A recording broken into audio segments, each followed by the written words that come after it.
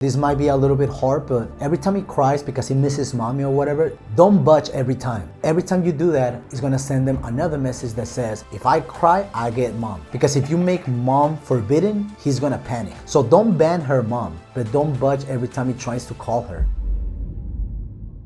What's good, fam? Welcome to TradeLife. This channel is for blue-collar men across the country who have the same struggles: divorce, co-parenting, work, maybe fitness, lack of purpose, and still gotta show up as leaders at their home, even when the world is shaking on them. Now, this series is anonymous testimonies from you, and the only thing that I do is I break them down for you, I read them, and I give you my honest opinion on the matter. Quick disclaimer, I'm not a therapist, I'm not a lawyer, so if you're in court or if you're going to therapy, make sure you listen to a professional. I'm just giving you my honest opinion based on facts and experience. Without further ado, let's get to it. All right, here's a testimony. My boy just turned 3 years old. As of recently, he has been throwing major fits and tantrums, not wanting to listen and not wanting to be with me. He's always asking about his mom and wanting to be with her when he's with me. Everything he used to love, he doesn't anymore. I know it's nothing personal, but it's hard. Any tips? Bro, I felt that. Because men can take pain, men can take the stress, and men can take the fact of being tired. But feel rejected by your own kid? Oh, that feels different. So let's break this down the right way. So first things first, you're not a bad father, because a 3-year-old is basically an emotional tornado with no brakes. You all know that. And around 2 to 4 years old, kids go through things like huge feelings, new independence, power struggles, separation anxiety, and preference for a certain parent at a certain time. And I just want you to know that this is common even in happy home. But if you're co-parent or separated, I get it that it can feel a little bit harder because transitions are harder. Now, here's the simple truth. Your son is really not rejecting you. It's just reacting to change, and he's reaching out for safety, for comfort. And the mother, is usually the comfort signal. Not because you're less valuable, because for many kids, mom is the usual emotional regulator. So let's not turn this into a story about your worth. Rule of thumb, don't personalize what a child can't even explain. Now, I'm gonna tell you what not to do, because this is where usually dad loses them. Now, I'm gonna tell you what will really make it worse. Don't beg your kid to love you. Why don't you want daddy? Oh,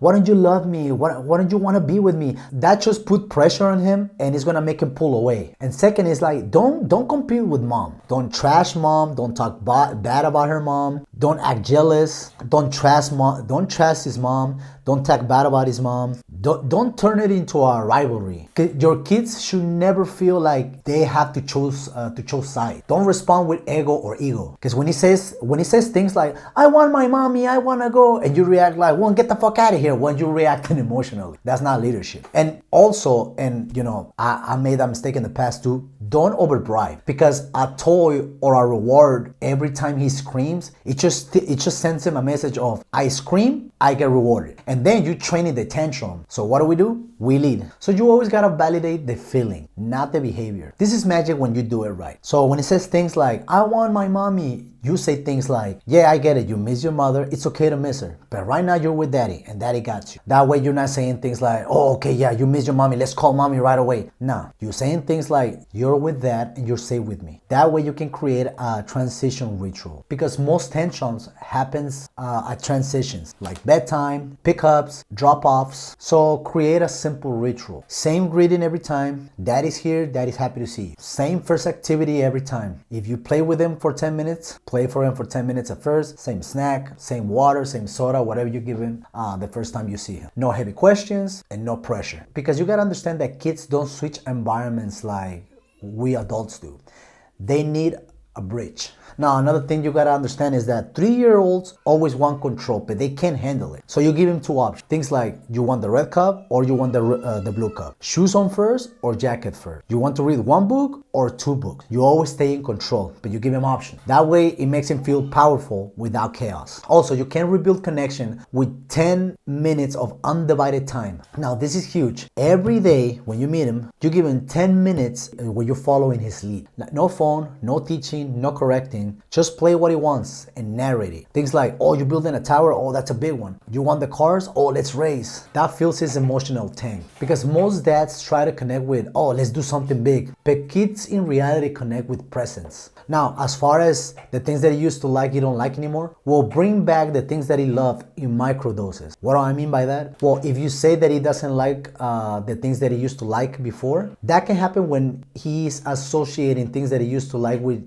transition, and stress. So instead of forcing it, reintroduce it in a small way. 5 minutes of the old game you guys used to play. Stop while it's still positive. Next time, do it in 7 minutes, and you increase it a little bit every time. You want to ingrain this in his brain. You don't want to create that message in his brain that says that equals pressure and that gives me stress. And also, this might be a little bit hard, but every time he cries because he misses mommy or whatever, don't budge every time. Every time you do that, it's going to send them another message that says, if I cry, I get mom. Because if you make mom forbidden, he's going to panic. So don't ban her mom, but don't budge every time he tries to call her. So you can use a calm policy. We can call your mother after dinner or maybe before bed, and then you keep your word, because structure is going to build trust with them. Now, watch your own nervous system. And this one is for my blue collar men out there. Because if you've been working long shifts and you're stressed, your tone is going to change with your kids, because kids feel your tension like a radar. So before you pick him up, do this. Take like 60 seconds before you pick him up in the car. Relax, breathe in, breathe out, relax your shoulders, relax your jaw. Practice a little micro meditation just to ease your mind, release that tension. You don't want your kids to feel that bad energy that you got from work. And I get it. We carry a lot on our shoulders, but we can't let our kids feel that pressure. Because if you're walking tense, he's gonna act tense, I promise you. Now I'm gonna speak to you as a father myself. And let me tell you, your son doesn't need a perfect dad. He just needs a regulated dad. A dad who can take a tantrum on a bad day. A dad who doesn't act emotional when he